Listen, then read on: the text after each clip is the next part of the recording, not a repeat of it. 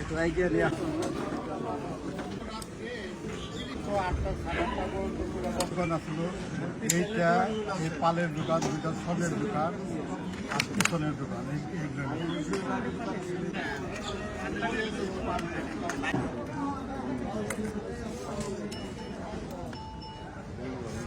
এই দায়িত্বটা তো মেয়রের, এই মিটিংটা তো মেয়র করবে। বাজার কমিটি নিয়ে সবার সাথে বৈশা প্রত্যেকটা কাউন্সিলরকে নিয়ে এবং বাজার কমিটির সবাইকে নিয়ে যে প্রত্যেকটা দোকান মালিককে সচেতন করবে যে পুরনো ইলেকট্রনিক জিনিসগুলো যাতে চেঞ্জ করে অন্তত ওয়ারিং বা এই যে যেটা বললেন ফ্যান থেকে আগুন হচ্ছে, এগুলো তো মেয়রের কয়টার দিকের কথা? 4:30 এখানে জাস্ট আজানের আগে 4:30 আজান দেয়, 4:40 হয়ে জামাত।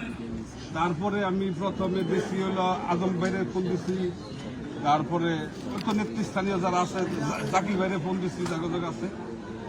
কিন্তু সবচেয়ে বড় ফিজিক্যাল যেটা আমি ফেস করছি সেটা আমার কাছে মনে হয়েছে ফায়ার সার্ভিসও দ্রুত আসছে।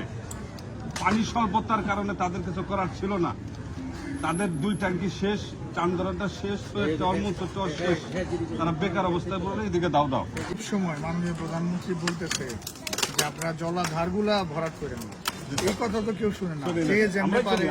খালি জলাধার ভরাট করে। এই যে আজকে একটা দুর্ঘটনা ঘটছে, এই যে আশেপাশে এতগুলো বিল্ডিং, এখানে তো মানুষজন তো রাত্রে ঘুমাইছিল, এখানে তো হতাহত হইতে পারতো। এই যে জলাধারগুলা যদি ভরাট না হইতো তাহলে তো এই যে আজকে একটা পানির সাপোর্ট আপনারা পাইতেন। সবগুলো দোকান যেহেতু ইয়েনো নাই, আপনাকে বলেছি সবগুলো দোকানের তালিকা করেন, দোকান মালিকদের সবার তালিকা করে ক্ষয়ক্ষতির পরিমাণটা নিরূপণ করেন। আমি ডিসি সাহেবের সাথে কথা বললাম, সবগুলো দোকান মালিককে কিছু ক্ষতিপূরণের ব্যবস্থা করে দেন। আপনি মিডিয়ার আজকে ইউনোর সাথে কথা বলে আর ফায়ার সার্ভিসের সাথে কথা বলে এই দোকান মালিকদের তালিকা করেন এবং ক্ষয়ক্ষতির পরিমাণের একটা তালিকা করেন। ঠিক আছে, আমি যত দ্রুত সম্ভব ডিসির সাথে কথা বলে আমি আমার নিজস্ব তহবিল থেকেও কিছু আমাদের ক্ষতিপূরণের ব্যবস্থা করে দেব। এই পৌরসভার ভিতরে 3-4টা পাম্প থাকার কথা। এই পাম্পগুলো তো বিগত দিনে হয় নাই। আমি প্রথম এই গত কয়েক মাস আগে একটা দিয়ে দিলাম জনস্বাস্থ্য প্রকৌশলী দপ্তরে। ওনারা বললেন যে যদি জায়গা দিতে পারেন আমরা 3টা পাম্প আপনাদের বসাই দেব। আর আপনারা জায়গা বাইর করে দেন, আমি পাম্প বসানোর ব্যবস্থা করে দেবো। মাসের মধ্যে করে দিতে পারবো যদি আমরা জায়গা ব্যবস্থা আমাদের মুরব্বী আছে, জায়গার ব্যবস্থা আমরা করুন। আপনারা এই পৌরসভার ভিতরে 3টা জায়গার ব্যবস্থা করেন, আমি 3টা পাম্পের ব্যবস্থা করে দেবো ভালো দাম, যেটা দিয়ে আপনারা বিপদকালীন সময়ে বা স্বাভাবিক সময়ে যে পানিটা দরকার সেই পানি বরাদ্দটা নিতে পারবেন।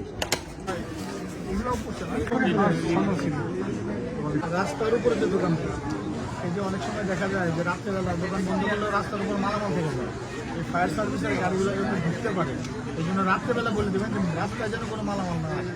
আমি যাওয়ার সময় অনেক সময় দেখি রাস্তার উপরে মালামাল এর আগে 19 সালে একবার গোডাউন করেছিলাম। 19 সালে